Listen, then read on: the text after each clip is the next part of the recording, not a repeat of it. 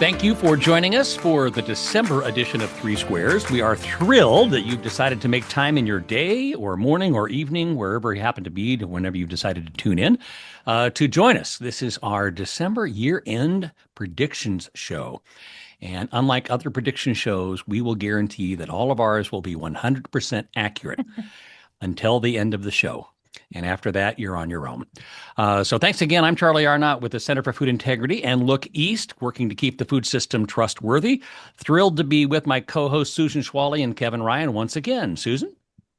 Susan Schwally. I'm with QualSites. We're decoding human behavior, and we're doing it in transformative ways, eliminating the say-do gap and passive collection. And I'm Kevin Ryan with Malachite Strategy and Research, helping consumer packaged good companies, retailers, and ingredient companies at the front end of innovation. So Susan and Kevin, I met our guest in Berlin earlier this year. We were both part of the same program, and I thought, oh man, she is so good. So we invited her to participate in the California event that you were not able to join us because of COVID. And so Janet did a bang-up job there talking about trends and what her prediction was. And we had the chance to connect a few weeks ago, and I thought, wow, this will be awesome. We'll have her on for our prediction show because she has such great insights. So Janet Helm is a registered dietitian with 20-plus years PR agency experience helping food and beverage brands and agricultural commodity boards intersect with food culture and tell their story. As an experienced food and nutrition strategist and marketer, Janet recently started her own consultancy, Food at the Helm. She's a sought-after speaker, you'll understand why, on food trends at national conferences, and has discussed the latest nutrition topics in the media, including segments on Good Morning America, Today, and CNN. So did you meet Mr. Stratham, or was he there yet or not? No, that was I was there much earlier. Before that, okay. She is a recipient of the Media Excellence Award from the Academy of Nutrition and Dietetics and is a former media spokesperson for the Academy. She's also a contributor to U.S. News and World Report and Today's Dietitian, addressing new scientific research, food trends, and nutrition controversies. Hard to believe there would be any nutrition controversies. Janet, thank you for making time to be with us today. I'm thrilled to be with you. Excellent. Okay, so the way we're going to operate today, we're going to do a round robin on predictions. We don't expect to make probably more than one round, so we don't know if we're going to meet Robin or not. But we're going to kind of go around the horn, and everybody will have a chance to offer their prediction, their perspective, and we're going to kick it off with our guest. So, Janet, you're up. Okay, well, it's hard to pick just one major trend, but what I'm going to go with, which I think really intersects with several kind of micro trends, is the concept of functional indulgence. So today, I think consumers don't want to compromise. We're in this poly crisis where, we want food to bring us joy and happiness. So I think it's really the convergence of pleasure and purpose. So we're kind of leading with enjoyment, but we also want those functional benefits. So I think with that, that's what we're seeing. Protein ice cream, or we're seeing chocolates with adaptogens. Coffee has turned into a luxury and an indulgent treat often with the and now it's you might have mushroom adaptogens in your latte or your iced coffee. So I think that concept of pleasure for function, indulgent experiences that feel justified in some ways, and with that, it's often kind of the two major nutrients in demand of protein and fiber. What's being added to some of these more indulgent foods. Very cool. Yeah. Perspectives on that, Kevin? No, I think that's right on. I mean, I totally 100% believe that. I think it's I wouldn't even say it's the new permissible indulgence. It's another way of, it's the new things, but I love the combination of the two. I think that's absolutely correct.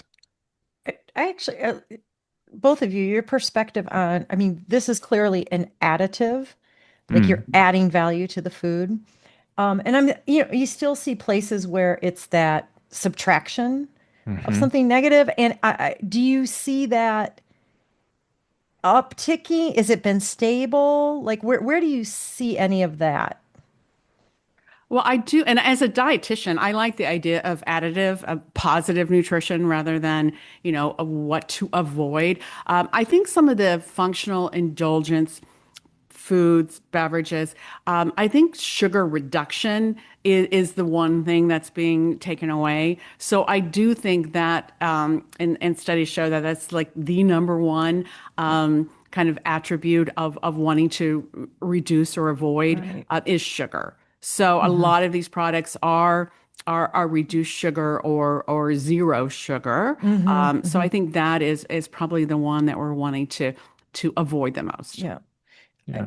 That's interesting. Yeah. Plus, I think it just jumps saw- on the optimization trend in general. Just to people want to optimize themselves. It's like we're all projects, working on a project. And it's like the more protein I get or the more, adaptogens I get, the feel like I can improve myself. So I like the idea of moving away from absence labeling being a signal of well-being to actually additive ingredients being more of a signal of well-being and health. I like that and hope that that's a trend that continues. I like that a lot as well. But what I'm also concerned with protein, with fiber, which is, and the combination of the two so much in products, is that we're kind of like, I also like the trend of return to real.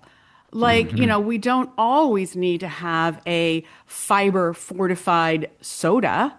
Like let's also increase fruits, vegetables, whole grains, legumes. So I think the whole food, I also want to be embracing rather than always looking for the fortification, the fiber washing of a product where maybe the added fiber is the only thing is the positive attribute. There's not much else going for it beyond being able to say high in fiber. Good point. Can I build on this, or do we need to move on to another prediction? No, you go. Okay, so one of the things, and I've mentioned it to Charlie and Kevin before, and it's sample of one in my mind, is at what point with all of this fortification, and sometimes it being ingredients that we don't understand at all. So this comes into play with like UPFs or clean label. Like, are we seeing any backlash? Like Janet, you're talking about when do we return to whole foods? Are you seeing any of this in the marketplace? Because I find myself going, I don't know what it is, and it's in everything. And do I really need it fortified and everything? And I better just eat an apple and buy some potatoes and, turn that way. Well, for me, I think the return to real, one indication of this that maybe is a backlash is the decline of the plant-based meat alternatives. exactly what I was going to say. Yeah. And I think, we're seeing a return to real meat. Maybe it's meat less often. Or maybe I find an interesting trend are the hybrid meat products that are combining meat and vegetables, often, mushrooms or other vegetables. So I think that has been a bit of a backlash. Real dairy is having a resurgence. I mean, butter is bigger than ever. So I do think there is a backlash. I mean, but I also think it's a mistake to across the board condemn foods for falling into ultra processed, category. Because we do rely on convenience products. So yes, we want it real, but we don't always we need some help sometimes of speed scratch at home to get dinner on the table. So I don't want to condemn foods that are processed, but I think, we want foods like even in the meat alternative category. I like the idea, and Whole Foods named this a couple of years ago in their trend report, putting the plant back in plant-based. And I like that. I mean, we're seeing, black bean patties or, other things were made with whole grains. So it's not trying to mimic meat. It really is a plant-based burger, or with mushrooms. Love that it's really celebrating the plant and not trying to be a burger. Got it. I tried a couple of those, and most of them, the texture was not bad, but they were as dry as sawdust. I mean, they were really bad.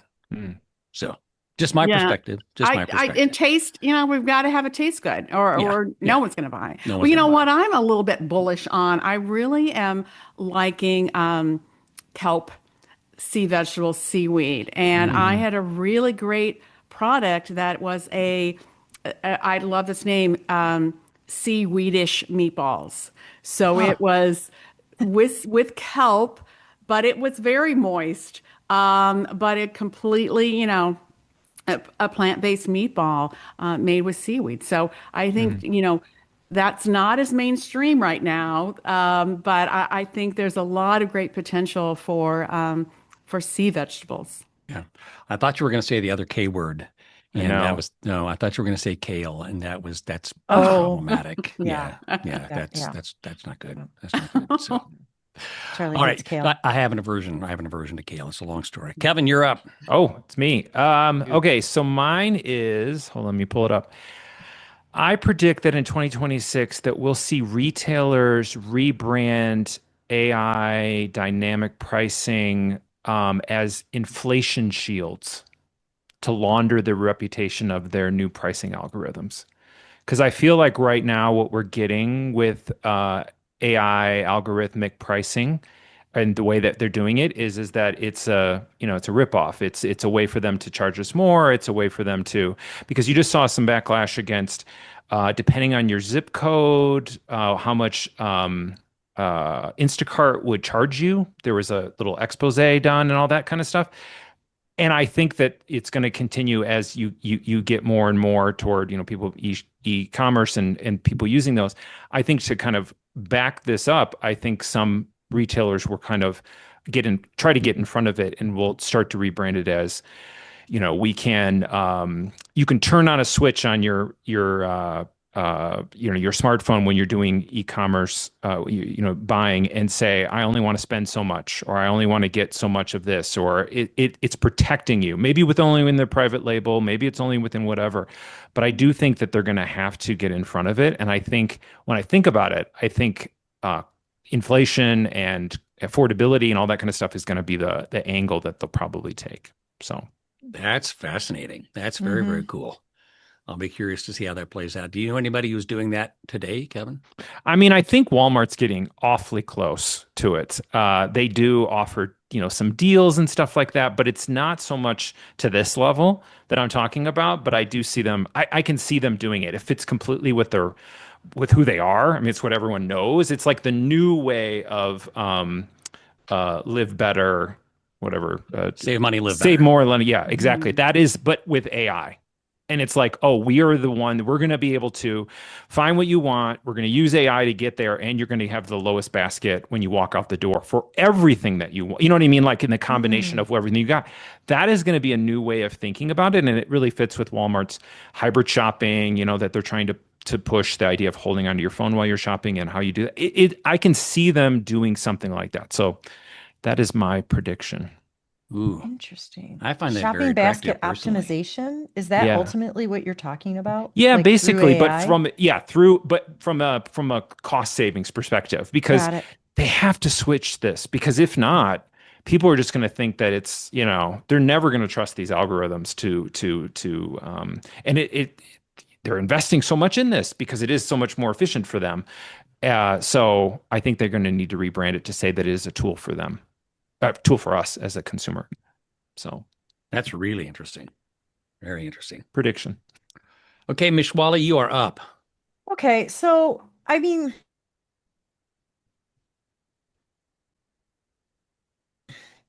it's kind of a prediction, but I feel like the amount of litigation around um, ultra processed foods, around specific ingredients, has really kicked up. And the other thing that I think is really interesting is that you see things going on in California and Texas that are similar. Now, Mhm. stereotyping California and Texas, you would not think that their concerns about eliminating some ingredients or defining UPS or saying only things can qualify in SNAP, you wouldn't necessarily think that they would be aligned on that. And then the other thing that I think is interesting is that some of the big food companies are actually fighting back on Mhm. this in court in Mhm. Texas. Yeah. So I guess I can predict that I think there will be more of this because it's very contentious and you've got conflicting interests here. But what I've been trying to think about is what does it mean for food manufacturers? Like, how is that going to impact the decisions that they make? We've already seen innovation tampered down. So now they're going to have to focus even more on removing these 44 ingredients that you now cannot have and have to label. Is it that we're going to continue to see things like Kraft Heinz splitting the portfolio because the processed stuff isn't doing well? Or are we going to see Mars and Kellanova, more of these things coming together for volume? And so can play it out in several different ways, but I thought maybe it was worth a conversation because I do feel like this environment is just going to continue to potentially be fought out in court and at the state level, which is going to make it even harder to navigate because you're going to have different things at state levels. Yeah. So let me play on that before we get into the conversation, because I was going to go a very similar direction, and that is the proliferation of asynchronous regulations by state. We have 30 state legislatures that are considering some kind of food dye ban in 2026, and it's political contagion. Because what becomes popular in one state then begins to be shared among other state legislators who see this as an opportunity for them to capitalize on the Mohawk trend, promote their political agenda, raise their visibility by jumping on the bandwagon. You have 18 states that have adopted SNAP waivers, and in various ways and in various ways. You also have states that have limited the way or determined the way livestock is produced, not just in their state, but across the country if you're going to sell. So we're going to continue to see this proliferation. And Kevin and I were on a call earlier, and he was talking about the fact that, Kevin, jump in if I misquote you here, but the litigation in San Francisco and some of the other places is really playing off the tobacco and the opioid model, where you are knowingly selling a product that you knew to be dangerous. And so the plaintiff's bar is kind of leaning into this. You have state legislatures and state legislators who see this as an opportunity. So we're going to see this play out in a whole lot of different ways. We have no idea how it's going to end. In the meantime, what it's going to do is add significant friction across the entire food system. And anytime you add friction, you add cost. And so we're going to see additional cost be shifted across the system. We don't know who's going to end up with what end of the cost, but ultimately it will be consumers that end up paying more.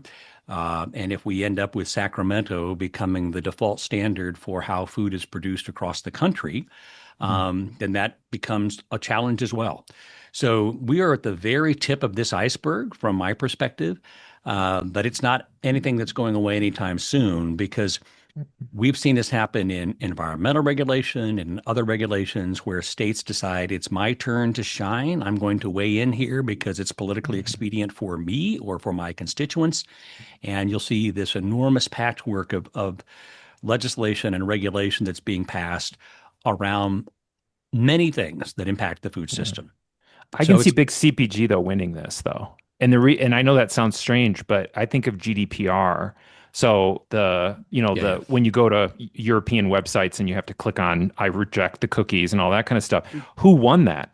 Big tech companies won that because it's so onerous to put that together and comply and all that kind of stuff. Who can do that? Little companies can't do that. So to your point, Susan, about these 44 ingredients, and now it's 55, and now it's this one, and now it's only this color, and it's only on this color on Tuesday or whatever. That's big companies can do that. Little companies are going to have a hard time. But you're also going to have regional specialty brands, right? That might be able to say, true. I'm going to focus on this particular region because I can comply with this, but I can't comply with that. So I'm going to opt out of those other states. But to your point, Kevin, what we've seen over time is that anytime you see additional regulatory burden, it speeds consolidation. Yeah. Because you have to have the resources and the technology to be able to figure out a compliance strategy. And that requires massive resources. Janet, what's your thoughts on that? Because you probably are right in the heart of it. Well, I also think what kind of adds to that are the new front of pack labels that are going to be on foods that are, declare that they are certified, that ultra processed food. We've got the apps that you can scan the label and find out if it's ultra processed food or not, find out if it is a high risk food, a low risk food. So I think all of these tools that are being introduced, it's going to add to the confusion more.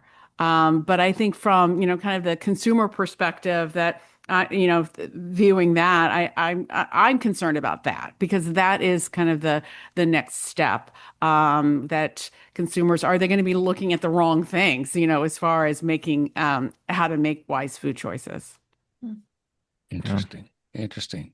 All right, Janet, you're up again. And oftentimes you've talked about a trend and a counter trend. So we didn't prepare for this, but if you want to jump in and say, here's another trend that I'm seeing, and here's the counter trend that's kind of the flip side of that.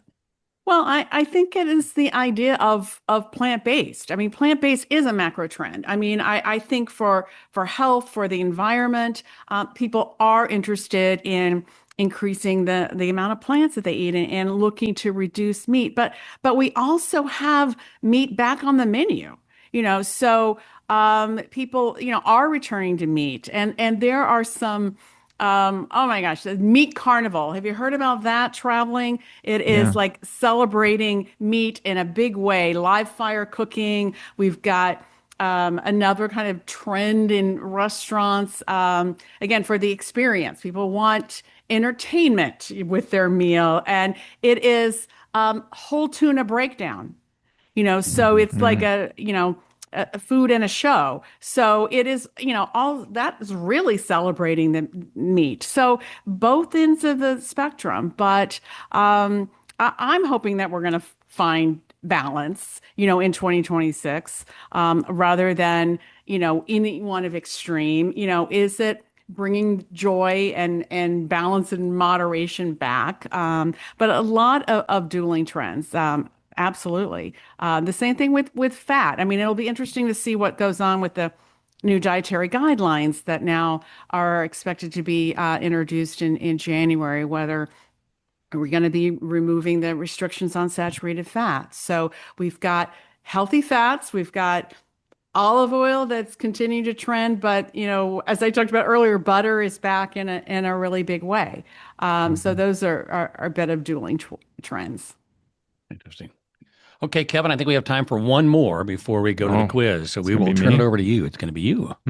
Which one do I want to do that's different? I would say I'll go with a really, not really different, but I'm going to predict in 2026, we're going to see something I'm calling high fidelity hydration. So it's a shift toward better water. Water's always been on trend, but it's not about water for thirst and the idea that you need to drink your 8 glasses and all that kind of stuff. It's, again, going back to what Janet said, it's biohacking kind of in a sense, right? It's functional performance metric. So you're going to see more substantial hydration because it's an easy step toward wellness is hydration. It's really, for people.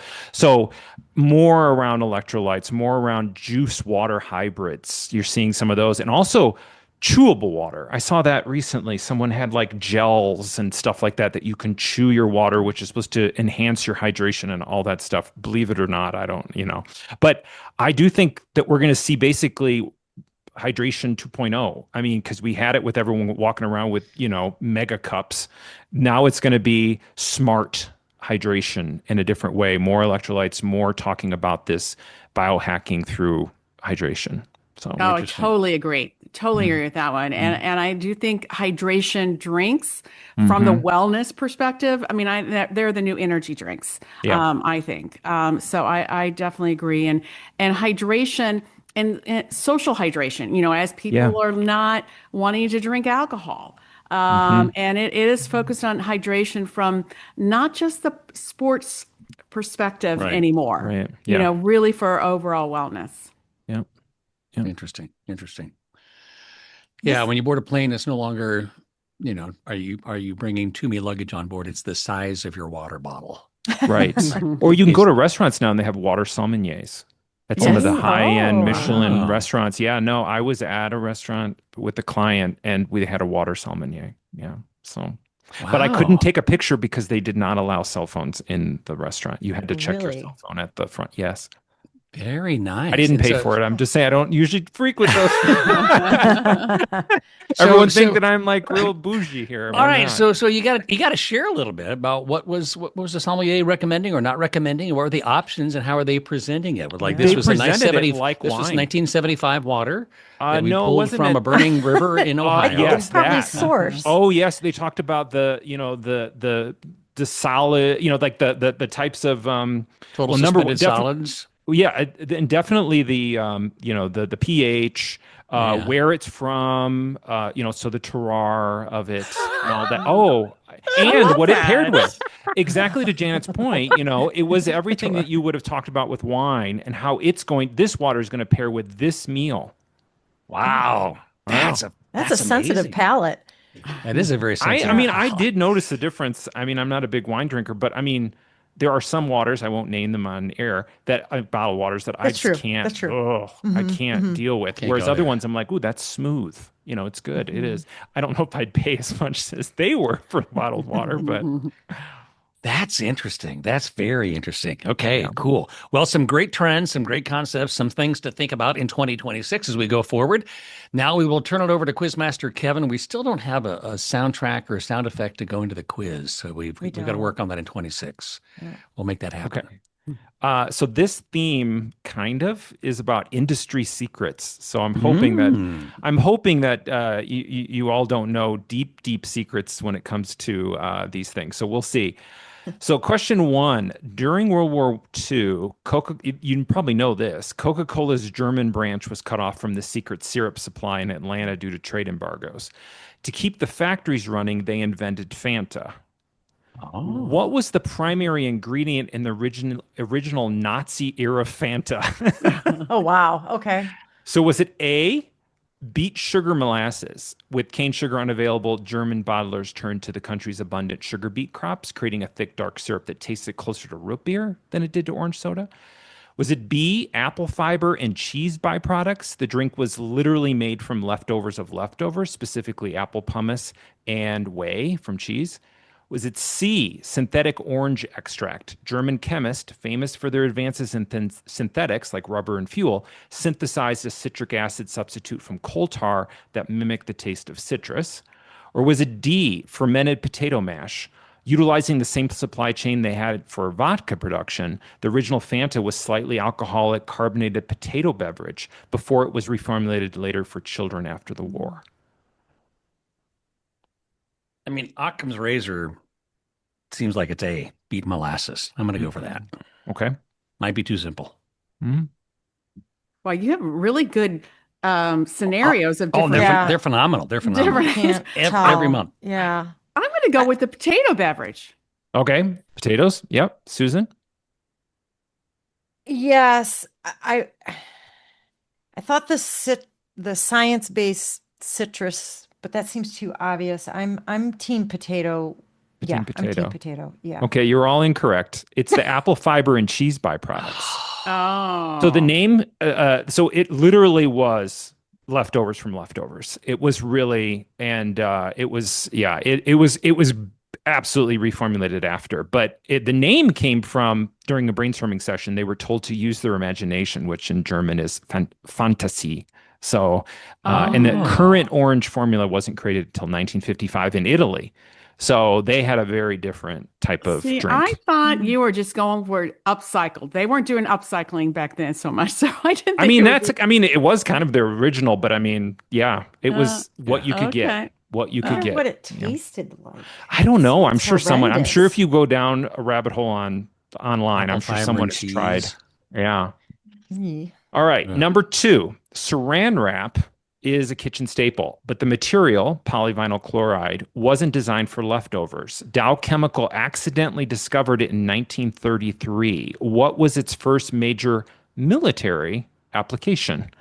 Was it A, a spray-on shrink wrap for fighter planes? It was sprayed onto fighter jets and naval equipment to protect them from salty sea spray and corrosion during shipping. Was it B, see-through bandages? It was an experimental non-stick dressing for burn victims in field hospitals, allowing medics to see the wound without removing the bandage and to protect it. Was it C, gas mask lenses? Gas was heavy and breakable, and this clear plastic was lightweight and shatterproof, making it ideal for infantry gas mask? Or was it D, waterproof map covers? Commanders needed to read terrain maps in the rain and mud of the trenches without the ink running, so they used it. I'm going Burns. I'm going Burns? Burns. As Okay. am I. As am I. You're all incorrect. It was A. It was shrink wrap for fighter planes. Get out! You know, that Seriously? was my first instinct, but I thought, oh, okay. It was We should- originally a dark green greasy liquid that they sprayed on military hardware. Ah. But the chemical smelled so bad that it took 20 years for them to deodorize it enough for consumer food use. And it does still smell. I mean, if you ever have industrial film like that, you can smell a little bit of it. But When you I open can a new imagine. roll, maybe. Yeah. Yeah. How did they get from smelly green spray-on liquid to food? It was just the I use of it. I mean, it's kind of like, silly putty was originally invented as wallpaper cleaner Mm. because they like would a have magic eraser? Yeah, kind before of. its Yeah, you time? would have you would heat your home with coal or with oil or whatever. It Oh, would blacken up your walls, and they invented the plate, Oh. the Play-Doh, and you push it on the wall, and it pulls it off. just like it would do newspaper print. It would Yes. lift newspaper print. Exactly. And then they Yeah. were like, my kid loves to play with this stuff that I'm using to clean the walls. And they were like, great, let's upcharge and, and sell it. more. Go from a cleaning product to toy. Exactly. All right. Number 3. The star ruby and Rio red grapefruits account for the vast majority of the Texas grapefruit industry. They are celebrated for their deep red color and lack of seeds. How was the Rio red originally developed? Was it A, thermoshock grafting? Botanists grafted grapefruit buds onto blood orange rootstock, then exposed the trees to near freezing temperatures to trigger the anthocyanin, the color production that turns the flesh red. Was it B, planned mutation via radiation? Breeders in the 1960s placed grapefruit seeds in a gamma garden, a field with a radioactive cobalt-60 source in the center, to blast the DNA and induce random mutations until they found a red one. Was it C, moonfruit? Grapefruit seeds were one of the first seeds taken up into space on some of the first moon missions. See the Texas connection. And the cosmic rays altered some of the seeds. While these varieties weren't exactly the result, they are an offspring of those original moon missions.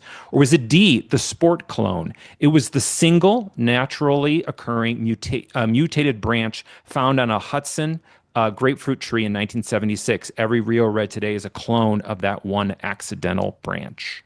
Huh. I mean, Kevin, how You guys do go. you come up with these? I know. These I are. don't even. I'm going B because I love the gamma ray and how you describe that. Okay. I'm going A. Thermal shock. Yep. Radi- With the radiation. freezing. Radiation. You are correct. It is radiation. I knew the answer to that one. Yeah. And it's also, if you've ever seen the movie, Charlie, I don't know if you remember, it's the effect of gamma radiation on Man in the Moon marigolds. Have you ever seen that movie? Not that one, It's but a I really but I know good that movie. Radiation was used as a common technology to force mutations. Yeah, absolutely. But although there are some seeds that did go up to the moon, but it wasn't the grapefruit seeds, that actually similar type of thing. So, okay, Charlie's up 1. 4. Susan selected radiation there too. Oh yeah, you did. I'm sorry. I did, I'm sorry. yeah. Yeah. I just never. It's so weird that I actually get something correct. You couldn't even acknowledge it. But okay, go ahead. 4. We assume expiration dates are a federal mandate to protect the public from pathogens. In reality, under U.S. federal law, only one single food product is required to have a specific use-by date determined by product degradation. Everything else is voluntary. What is the only federally dated product? Is it A, ground beef, because of the surface area allows for rapid E. coli multiplication? Is it B, unpasteurized raw milk cheese due to the risk of listeria? Any dairy products sold across state lines without pasteurization must carry a federally enforced shelf life limit. Is it C, infant formula? The FDA mandates a use-by date, not because the formula becomes dangerous or poisonous, but because the nutrient levels eventually degrade below the labeled amount. Or D, shellfish, oysters. The tag law requires retailers to keep tags for 90 days, and the harvest date serves as the de facto federal expiration date for consumption. They all make sense. They do all make They all sense. make That's the sense. problem. They're all I know. plausible scenarios. I'm just going ground beef. Okay. I feel like it has to be a meat product Could be wrong. That would be what I would think too, but I'm going to go with infant formula. Yeah, Okay. I'm going infant formula as well. It is infant formula. Infant formula is the only product that requires Really? it. Yeah. And I literally went on and made sure because I knew this one. And then I was like, I got to check. I checked the regs. It is still that way. Federal law cares more about label accuracy, nutrients than, stomach aches and all that kind of stuff. The dates on milk and meat are widely misunderstood voluntary manufacturer suggestions for peak quality, not safety. But for infant formula, it's about nutrients. So, Makes all sense. right. I think Charlie's up. Charlie's got 2. Susan's got 1. Okay. I have one. Janet has one. Janet has one. Yes. Yeah. She See, got no, last I did that because make Susan feel better that I forgot her last time. All right. Last one. Fresh squeezed orange juice, not from concentrate, is a modern supply chain marvel. To supply fresh tasting juice year round, brands like Tropicana store juice in massive aseptic tanks for up to a year. To prevent spoiling, they strip the juice of all oxygen, they de-aerate it is what it's called, which accidentally removes most of the flavor. How is the flavor added back in? Is it A, bitter orange extract? The peels of specialty bitter oranges are separately used to extract their bitter oil to add to the sweet juice to mimic the correct sweet to tart bitter ratio. Is it B, flavor packs? They hire perfume companies like Givaudan to engineer flavor packs derived from orange byproducts. These packs are chemically distinct for each market. For example, North Americans prefer sweet Valencia notes, whereas Europeans prefer tart citrus notes. Is it C, fructose syrup? They don't add flavor, they just mask the flat taste of stored juice and increase the flavor with varying degrees of natural fruit sweeteners, which the FDA allows to be hidden under the 100% juice label because it was originally fruit derived? Or is it D, citric acid injections? They shock the juice with lab grade citric acid right before bottling to wake up the dormant enzymes. I'm going to go D, citric acid. Okay. Oh, Susan, wow. Janet? Yeah, I'm going to go with B. B. Okay. Flavor packs. Sounds more romantic than some of the. Well, it's a fragrance company, right? That came up. Right. Susan? D. D. Yeah, I'm going D. Citric acid. Mhm. Janet is correct. It is flavor packs. Nice. They are designed by flavor Oh. houses. This is why every bottle of Tropicana tastes exactly the same, which is biologically impossible for every naturally occurring product. The flavor pack is the reason the label says 100% juice, but the taste is kind of engineered. It is that flavor. But because the flavor is derived from the products, the oranges, that's why you get the flavor that you get, and it can be labeled 100% juice. So. Very cool. Very cool. Janet, thank you so much for joining us. We hope you had a good time. We certainly appreciate it's all so your much insight. fun. Yeah, Thank you good. for inviting me. We'll have to have you back. Kevin, Susan, thank you for 5 years now of doing 3Squares. It has been great fun. Thank you for listening. You are always welcome to join. You can also reach out to us at 3squaresmail@gmail.com, the numeral 3, squaresmail@gmail.com. Have a great holiday season. We will talk to you again in 2026 on the next episode of 3Squares. Thanks, everybody. Take care. Thank you. Bye. Bye.